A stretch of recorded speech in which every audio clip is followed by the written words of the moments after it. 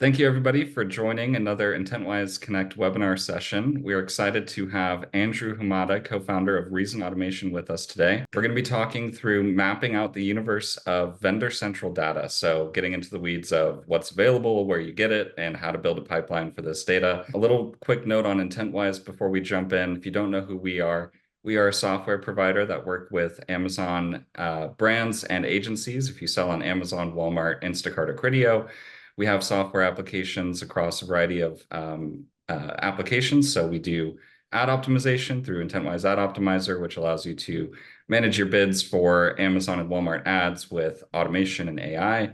We have Analytics Cloud, which is a end-to-end solution for managing your data from those platforms. So we connect to all of the Amazon and Walmart APIs, download the data and make reporting a breeze for you. And then lastly, we have Intentwise Explore, which is a solution built on top of Amazon Marketing Cloud to allow you to run queries and build audiences without the need of writing SQL. So with that under the way, if you have questions about Intentwise, you want to learn more, check out our website. We publish lots of content about Amazon trends there, and so you can search our content to learn more. Just quick note of logistics. Please utilize the chat in the Q&A today. So if you have questions for Andrew as he walks us through the presentation, send them in the chat and the Q&A. We will stop throughout the presentation and at the end to answer your questions. So with that, please go ahead and take it away, Andrew. Awesome. Thanks, Ryan. Hi, everyone. For those who don't already know me, as Ryan alluded, I co-founded Reason Automation. Prior to that, I spent a bunch of time at Amazon in retail as a vendor manager, marketing manager, supply chain person, but eventually in BI, data and analytics in multiple different areas of the company. And that's why now at Reason Automation, we specialize in providing data as a service to brands, agencies, and tool providers. And because we have so much experience in the vendor side specifically, that's what we're here to talk about today. I realize that a lot of Intentwise users and a lot of folks in general are super familiar with the seller data universe because there have been APIs for sellers for longer. There's a lot more documentation available, et cetera, but that the vendor side can be a little opaque and hard to navigate. And that's what we're here to try to solve today. So in this session, I'm going to go through three major sections. The first is an overview of vendor central data, key concepts and nuances of how to work with it, trying to get at helping you address key questions from your stakeholders, like why doesn't this match what I see in vendor central UI and things like this, and how to just create more successful analyses. The second is ways of acquiring that data, whether we're talking about the reports API or other things. And then last is, once you know what data you need, creating a plan to streamline the process of acquiring it and the process of analyzing it through the specific lens of profitability. All right, so starting with the universe of data. As a quick note, this content is intended for pretty much everybody because there's a really thin amount of vendor data and knowledge and expertise out there. Some folks have 20 plus years of experience working with Vendor Central and selling into Amazon. Others are brand new to Vendor Central and others have no experience with it at all. Maybe you're a seller who's looking for that first VC invite or is considering one and considering the migration. And so this is intended to start small with the basics and work our way up into some of the more detailed nuances. So beginning, the data available to vendors is quite broad. There's retail analytics, which everybody is familiar with, and brand analytics, PPC advertising, et cetera, but it very quickly expands into data sets that sellers are not as familiar with. And this is because of the difference between sellers and vendors and their business model. Where sellers are selling directly to customers using Amazon as a marketplace, vendors are selling to Amazon as the customer, as a wholesaler.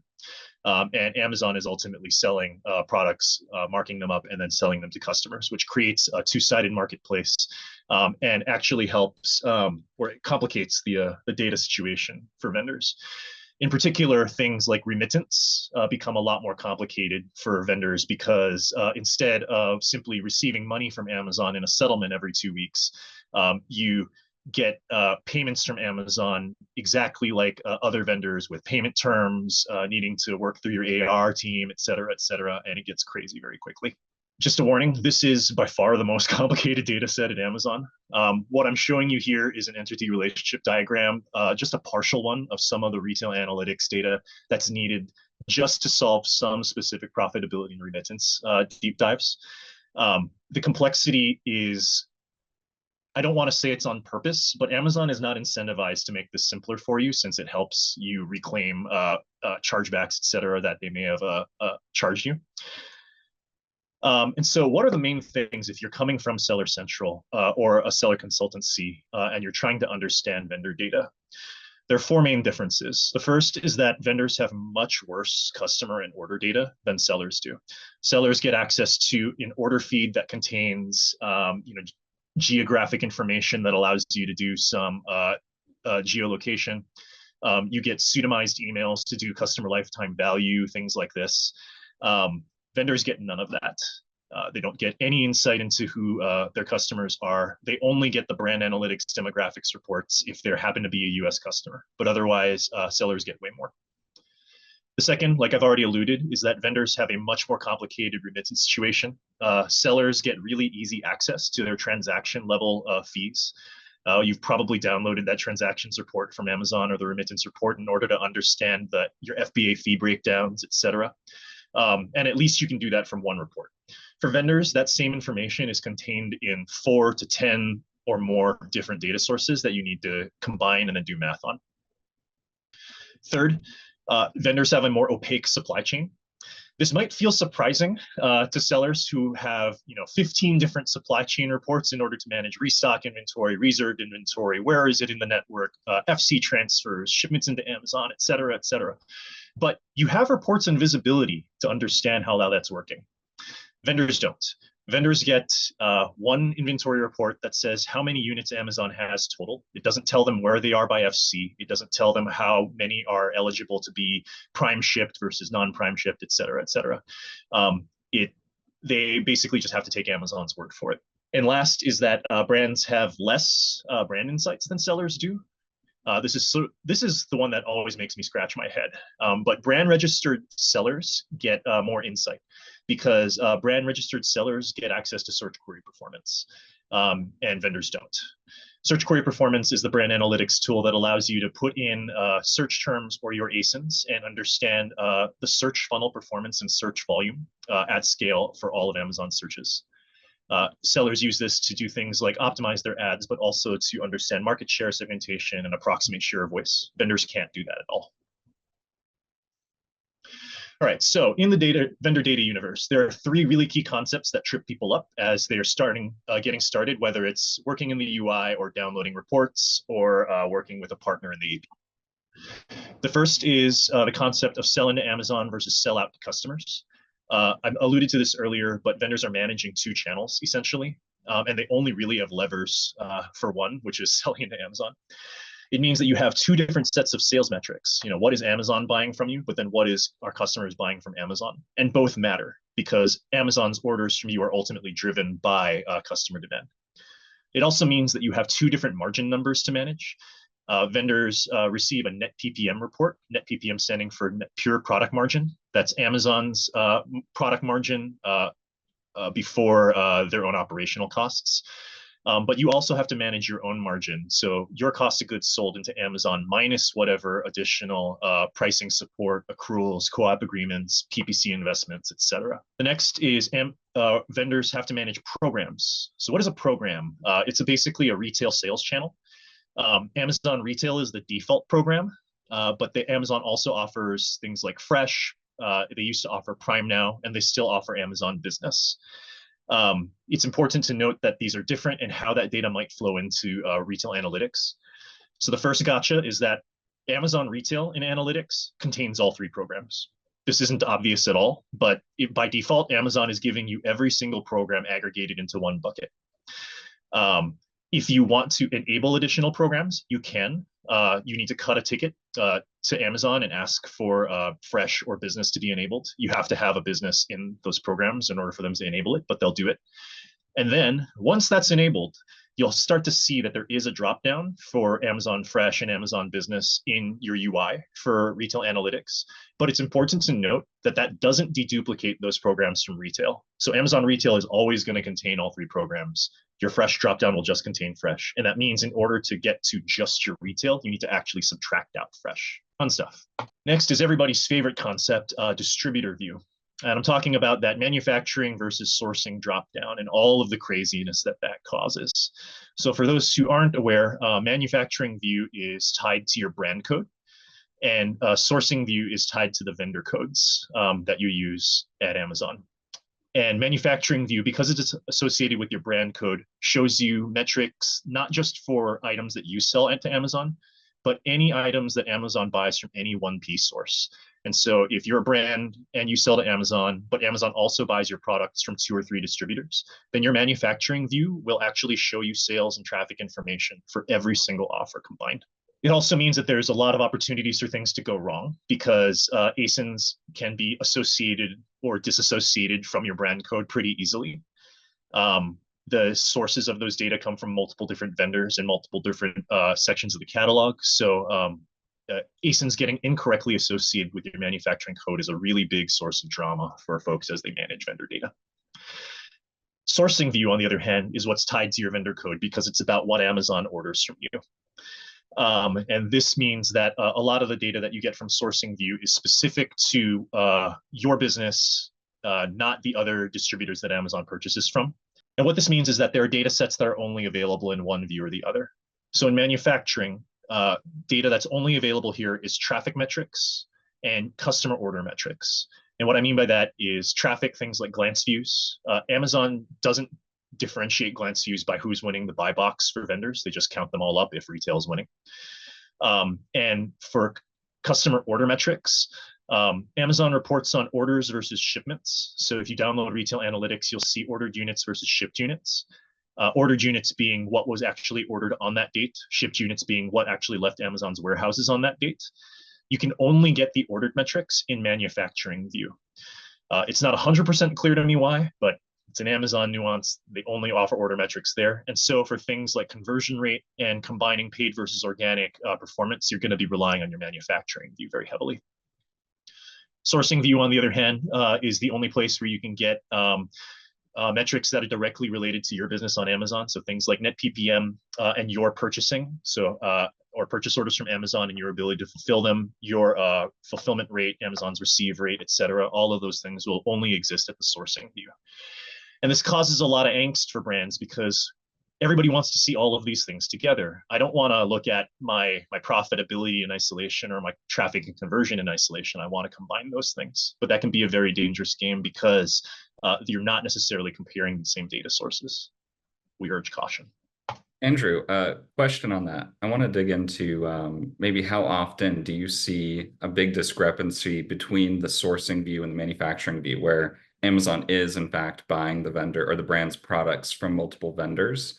One, does that happen often? And two, how would a vendor survive if you don't know necessarily how much traffic or order metrics are coming directly to the inventory that Amazon purchased from you? Are there any tactics that you have for that? That's a good question. And so the parallel I draw from sellers to talk about the traffic side first is that as a seller, you don't know what traffic the page is receiving specifically when you're winning the buy box versus other people winning the buy box versus retail winning the buy box. You get some of the inputs and you can approximate it through the LBB price percent and the page views number that you get in Seller Central, but it's still an approximation. Vendors need to think about this the same way. And so if I was a vendor and I knew that there were other retail offers on the ASIN, I might be looking at what the manufacturing sales numbers look like and comparing them to my sourcing numbers and looking for deltas. We don't see this very often, but it's a trivial analysis to have running automatically. We strongly recommend that people do that, just running sourcing versus manufacturing sales, but also looking at your sourcing versus manufacturing catalog and doing a report that just identifies ASINs that are in one view and not the other. And especially ASINs that drop out of those views from week to week, because that typically indicates something weird is going on in Amazon systems. Yeah. Awesome. Thank you. All right. Some more fun nuances of working with vendor data. So the first is that if you're working with retail analytics, there are a lot of differences depending on what time period you're working with. What I mean by time period is that when you go to a retail analytics report or in the SP API, you can choose what time frame you want to download.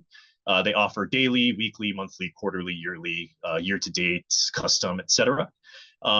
And something important to understand is that Amazon offers different history depending on which time period that you choose. If you choose daily grain, they offer, I think it's 3 years at this point of daily grain history. But if you want weekly history, they only give you 6 trailing weeks. And that means that since almost everybody manages their business by week, that you either need to accept that limitation or you need to actually aggregate the data yourself from daily grain into the weeks that Amazon doesn't give you.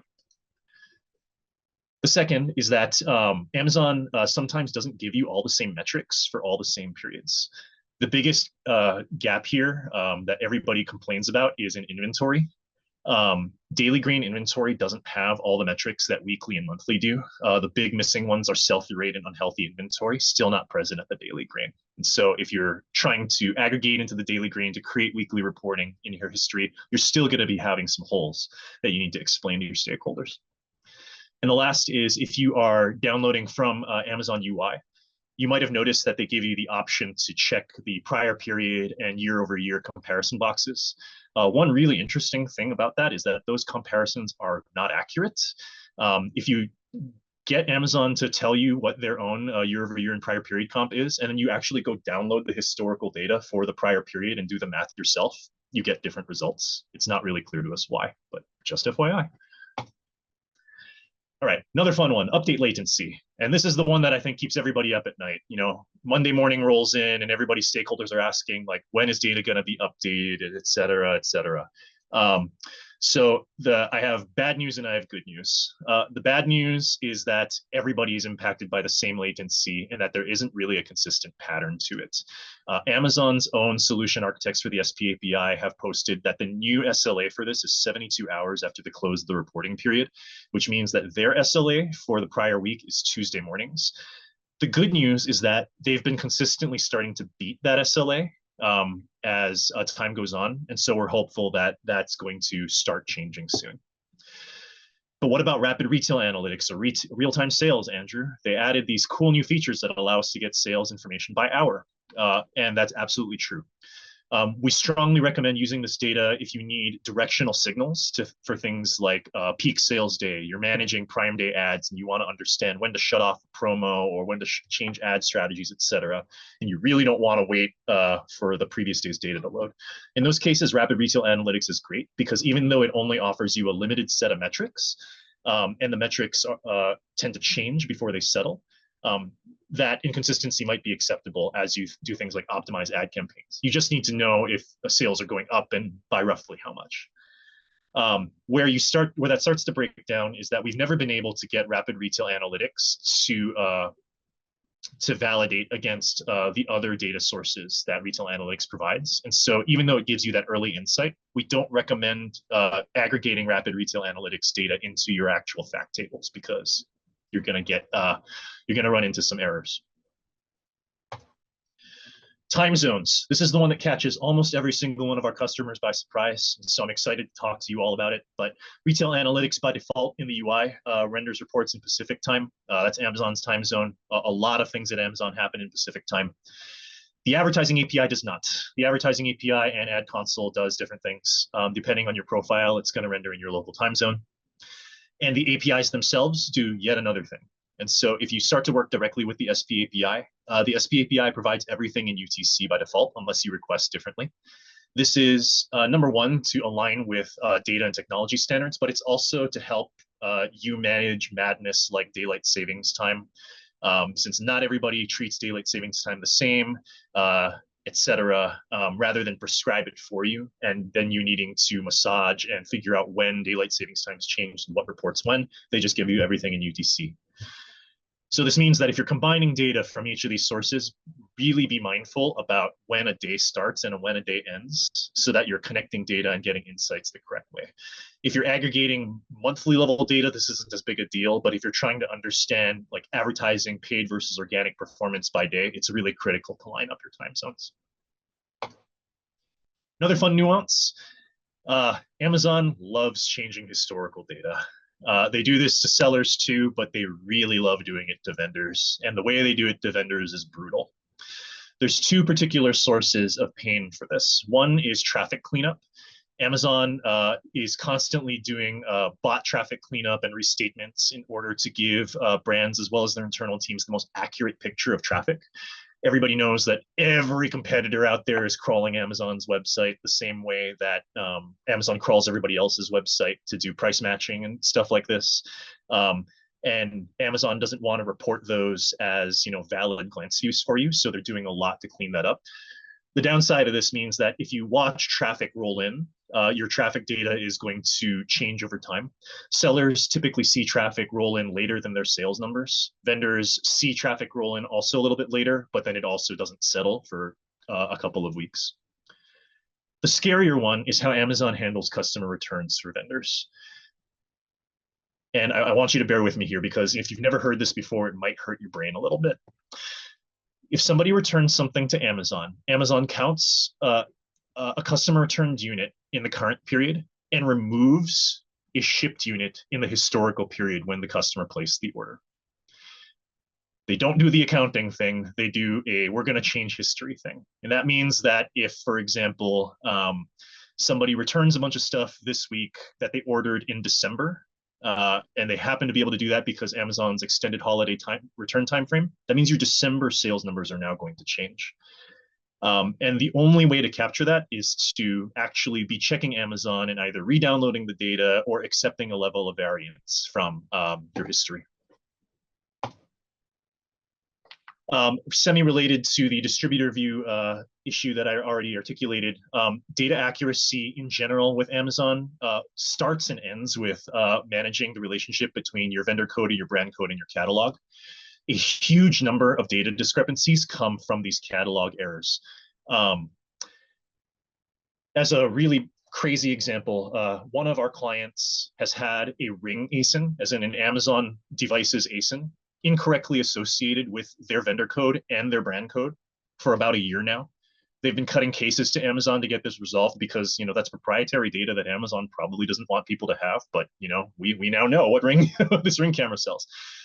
But it throws the reporting off because Ring cameras sell a lot of units at high ASP, and this brand is a small parts B2B vendor. And so their reporting is incredibly difficult to manage without manually correcting for these erroneous ASINs associated with the codes. The next big one is actually billing errors related to ASINs in the wrong codes, and especially with your vendor code. So for example, if you are running a promotion and you want it to offer a discount based on every single item that is associated with a brand code or a vendor code, then an ASIN that is incorrectly associated there could result in you being improperly charged. But even more subtly, if your items are associated with the wrong vendor code, whether it's another person's vendor code, another person's ASINs associated with your vendor code, or even if you have multiple vendor codes, it can lead to your items being charged the wrong co-op terms and you ending up owing or paying Amazon money that you don't owe. An example of this would be if you make products in two different categories and you negotiate those separately. In one category, you have a 10% accrual, a 2% freight allowance, 1% damage allowance, because you've been selling it for a really long time. And in this other category, Amazon really has been holding your feet to the fire. You've got a 16% accrual. You really want to make sure that your ASINs are in the right category and that every ASIN possible is getting billed that 11% instead of that 15%. You just got a question about monitoring code-based catalog errors and fixing them. I think that this is a really good question, and it comes back to the question that Ryan asked earlier as well, about how do we have suggestions for how do vendors actually do reporting on this and discover the problems. There are two ways. One is that we recommend that you pull a list of all of your ASINs in Amazon's catalog, both from the manufacturing and the sourcing view. Retail Analytics has a product catalog report that allows you to do this. If you're getting data from a provider like Intentwise or Reason, they should also be able to do that for you. And create a report for yourself that downloads the ASINs every day and surfaces when an ASIN gets added or gets removed from the same view. So sourcing view, any ASIN gets added or removed. And then also looking for differences between your sourcing and your manufacturing views. All right, acquiring data. How do you go beyond what you can see in the Vendor Central UI? Um, Everybody understands the SP API at a high level, but I want to enhance your understanding a little bit beyond what the Reports API offers. So first and foremost, let's talk about the hard truth. Some data in Amazon is only available through downloading things like PDFs and crazy things like this. And so automating that is always going to be a challenge. At a starting point, we recommend SOPs and offshore teams to make sure that you are validating that you really, really need that data before you invest a bunch of effort and energy in automation. And more importantly, you can actually use technology not necessarily for the downloading piece, but for the extracting data from the downloaded files and the preparation of the data, and save yourself time that way. Scripting the Vendor Central UI typically isn't recommended because, number one, Amazon doesn't really like it when you do that, but also that it tends to break Vendor Central really easily. People tend to think scripting is really easy. And if you scrape a public website that has a lot of throttling guards that'll automatically shut your scraper off when you've done bad things, that's true. And it's all run through a third-party website. But if you're running a script like on your own machine that you wrote in Python, and it's just hitting the Vendor Central UI over and over and over again, it's going to break something there, and then Amazon's going to notice and they're going to yell at you. More importantly, Amazon has a lot of other APIs. Everybody thinks of the Selling Partner API as really being the Reports API, the retail analytics reports, sales, traffic, net PPM, etc., inventory. But in reality, the Selling Partner API is a suite that has a whole bunch of other stuff that's available. The Reports API is just one element of it, and retail analytics is just one element of that. So what are the other data APIs that we recommend that you pay attention to? First one is the Orders API. This gives you access to much more accurate and detailed purchase order data than what is available in retail analytics. You can get some of this in the inventory report, some basic PO information, but the Orders API is going to give you literal PO granular information down to PO line items, confirmation rate statuses in a dynamically updating way. You can then use that to create a data source for yourself of all of your purchase order history and all of the changes as Amazon makes them. Next one is the Invoices API. This allows you to submit and update invoices to Amazon. A lot of folks are using EDI for this, but if you are engaging in API development anyway, or you're talking to providers and looking for this anyway, this is another one to knock on. Next one is Shipments API, actually tracking shipments into Amazon's fulfillment centers so that you can understand the status of that and help monitor your vendor lead time, et cetera, help hold Amazon accountable in case they end up issuing chargebacks for things like late arrivals or things like this. The Notifications API, this is a huge one. The Notifications API is Amazon's official way to inform brands of content changes, buy box changes, and offer changes. This is what a lot of folks are using third-party public scraping tools to get at today, and you might not need to do that. For example, you can subscribe to notifications that tell you when detail page content for ASINs associated with you has changed. And that way you can know, okay, media and content team, go investigate those changes, figure out whether we like them or not, cut tickets accordingly. You can also get notifications when the leading offer changes. That data feed gets noisy because it will tell you literally every time the buy box winner changes, and that can be a lot, but can be very, very useful if you're having contentious buy box situations and you actually want that level of visibility. It's also a lot easier to get that from Amazon than it is to pay a company to scrape the public detail page, 10 times a day, dealing with throttling and all that other kind of good stuff. The Amazon Ads API, maybe this feels kind of obvious to folks, but Amazon does have a separate advertising API. It has, in addition to all of the functions that allow companies like Intentwise to manage campaigns for you, do AMC, et cetera. It also has some reporting functions that allow you to get data out of Amazon systems. We really encourage people to take advantage of that because Amazon Ads has a rolling 60 to 90-day window for history at the daily green that makes it really hard to get at historical data outside of AMC. And so getting data out and storing it somewhere else is a really big win for being able to track your ad performance and strategic changes and impacts over time. And the last is kind of a dark horse API, which is the Amazon Associates API. It's intended for people who are a literal and Amazon associate, so the people who do referral marketing for Amazon and get paid a commission. It's intended to help them market products, but it is also an extremely good tool for getting catalog information, particularly for products that aren't yours. Looks like we got another question, seeing that the buy box varies based on location, shipping address. How is that being handled through the notifications API?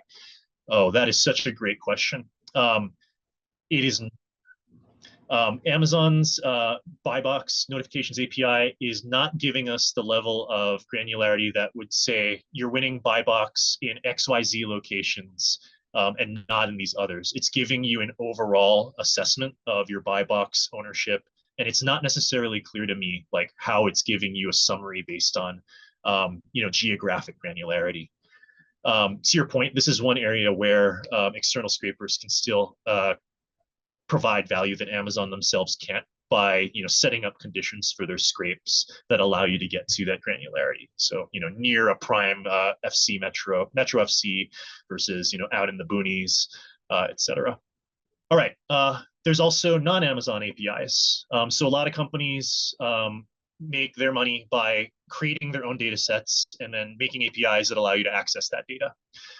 Some are detail page scrapers and search scrapers. The best known of these is Keepa. Keepa has existed for a very, very long time, and they're the best in the business at getting the data that they get. So instead of needing to go to Amazon or to another provider for it, almost everybody just uses Keepa's Chrome extension or their APIs themselves. But a lot of companies also repackage Amazon's APIs. So for example, that associates API I mentioned, you need to register as an associate to get access to that. And there are some gating mechanisms around data volume. For example, if you aren't actually sending them referrals and they're not actually paying you out as an associate, they limit the amount of traffic that you can send. There are people who have built entire businesses around gaming that system. So they run associates in order to get access to the API, they repackage the API data and they sell it to you. And last but certainly not least, and the reason we're all chatting here is that there are partners to help you navigate all of this nuance and all of the complexity at varying levels of fidelity. So if you want a one and done, I really don't want to think about this anymore. Platforms like Intentwise are a really good solution because they're not just helping you manage the data, they're trying to shortcut you to the insight and the action itself, particularly on the ad side. Intentwise isn't just telling you what you should do here. They're giving you a tool that allows you to actually make updates to your ad campaigns, manage them at scale, etc. If you want a little bit more control, or you have other ways that you want to enhance that data, maybe with your own internal resources, maybe you have omni-channel and you want Amazon to just be part of that, you can use a provider like Reason to extract that data for you, clean it up, structure it, store it at scale, etc. But to be completely honest, there's a lot of options out there, and everybody has a slightly different offering that combines price point, quality, accuracy, accessibility, done for you-ness, etc. So check the Selling Partner App Store, look for recommendations there. And frankly, if you have a specific need, let me know. I'm familiar with pretty much all the solutions in the space, and we're pretty good at giving agnostic recommendations based on the things that you need. All right, last thing, and then we'll turn it over for some open-ended questions. How to think about planning and analysis and streamlining the data extraction process. I'm going to both make this sound scarier than it is and then try to rein that in for you and make it seem more achievable. So in general, being ex-Amazon, I really like starting from the customer and working backwards. And as a data provider, this means working backwards from my stakeholder who has the business question. And so anytime that we're trying to figure out what Amazon data do we need to get, how are we going to go get it, what pipelines do we need to build, do we build, buy, borrow, etc. I start with what is the business question that's being asked, by what audience, by what stakeholder, by what audience, and how are they actually answering it today. So let's go through this with an example. A super common question that folks are getting asked, especially in the current environment, is how profitable was a given product last month or in a certain time frame? And so working backwards from the business question, we'll start to think about what input data do we need to answer that question? And then working from that input data, what sources actually contain that data in the way, structured the way that we need it, or as close to it as possible? Once we've got that data, what steps do we need to take to prepare it for analysis? And then once we know all of that and we map that out, how do we feel about this process? How can we optimize it and cut stuff out to make it more efficient? So thinking about this profitability example, input data, there's a lot of stuff going on here. You're going to want to understand shipped cost of goods sold, since we're talking about your profitability.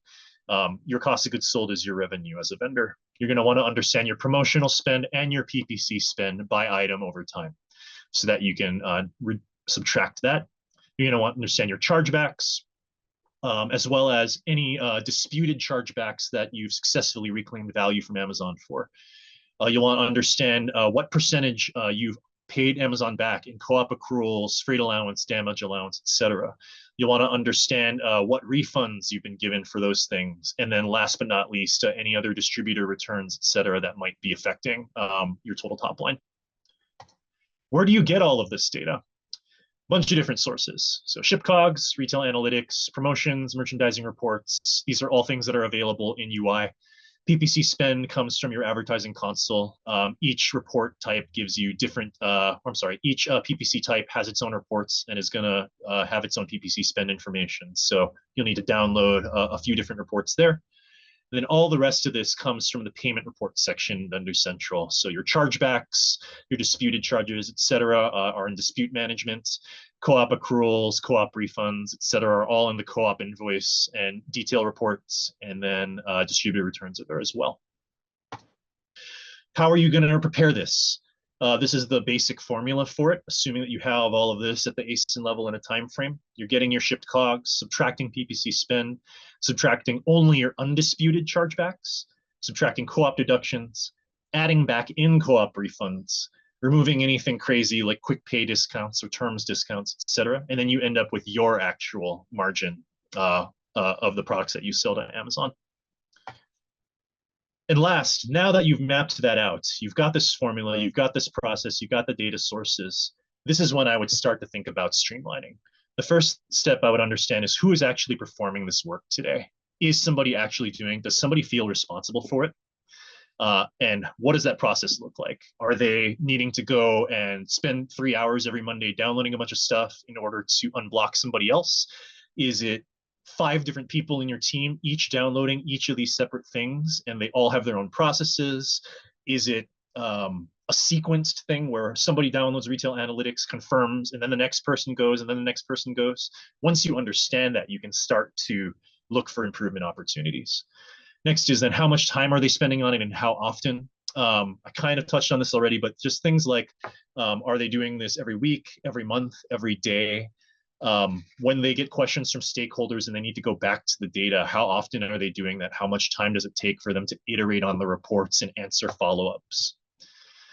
And then, only then, would I start thinking about what can be automated and outsourced or otherwise optimized.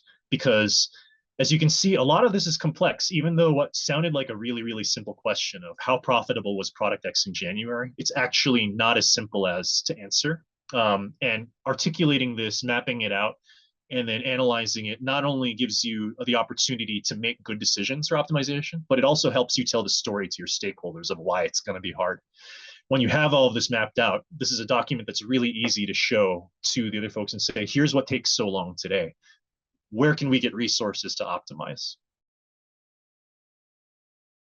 That's really it. I hope that this was helpful. The goal here was to give you an overview of everything that Vendor Central has to offer, some nuances about how you need to work with that data, common gotchas that we see as people start to build their own pipelines, some options for getting that data, and how to actually go about building a pipeline for yourself. I've got a bunch of free data resources behind this QR code, all public, things like entity relationship diagrams that show how the data is related, data dictionaries that define every field and every table that Amazon offers for vendors, etc. But would love to take your questions. Awesome. Thank you so much, Andrew. I love the recap of everything. I'll have to check out some of these resources. Are you going to be sharing the slides that you presented today as well? Yeah, absolutely. I'm happy to send you a copy of this and we can make it available to all the attendees.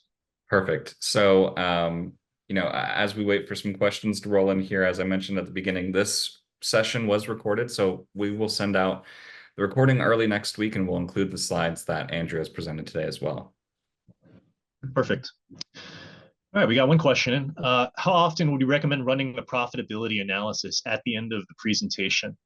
That is a really good question. So my answer to that depends on how much time and effort it's taking you to run this today.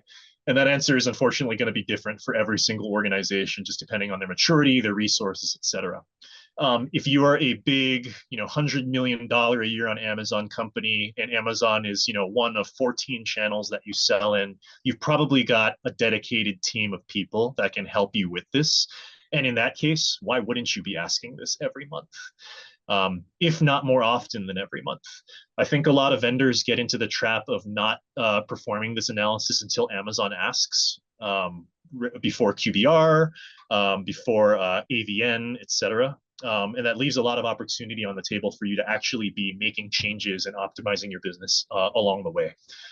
That said, for most people, this is a really big lift. And so before you decide on how often to run this analysis, I would say do it once, scope it out, understand how long it's taking you.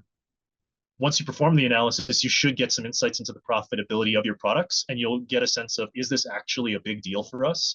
Are there things that we've learned here that we can take action on and that we want to check on in a month or in 2 months? And from there, you can make a better decision about how to resource. Excellent. Any other questions for Andrew? Please add them in the chat or the Q&A. And you will be asked to complete a short survey when you do leave the Zoom webinar today. So please take a minute and give us some feedback. It's really helpful for us as we continue to pull together this content for you. But if there are no more questions, I think we can go ahead and wrap it up. I dropped Andrew's LinkedIn in the chat. So if you don't follow him already, please do. It looks like he just dropped his email there as well. Don't hesitate to reach out. You can also reach out to me at ryan@intentwise.com if you have any questions. But Andrew, thank you again. This was great. Looking forward to diving into some of these additional resources as well. And hope you have a good rest of your Thursday. See you in Vegas next week. Awesome. Hey, thanks so much for having me, Ryan. Thanks for listening, everyone. If you have questions or you just want to chat about your specific Amazon data questions, please let me know. This is all I think about all day, and I love talking about it. So if you ask me good questions, you basically get free consulting. So send me an email, send me a message on LinkedIn, or if you're going to be at Prosper next week in Vegas, let me know, and I'm happy to meet up with you there. Take advantage. Andrew knows his stuff, clearly. All right. Thank you, everybody. Thanks for joining us today. We're going to go ahead and wrap it up. Thank you. Bye-bye. Take care.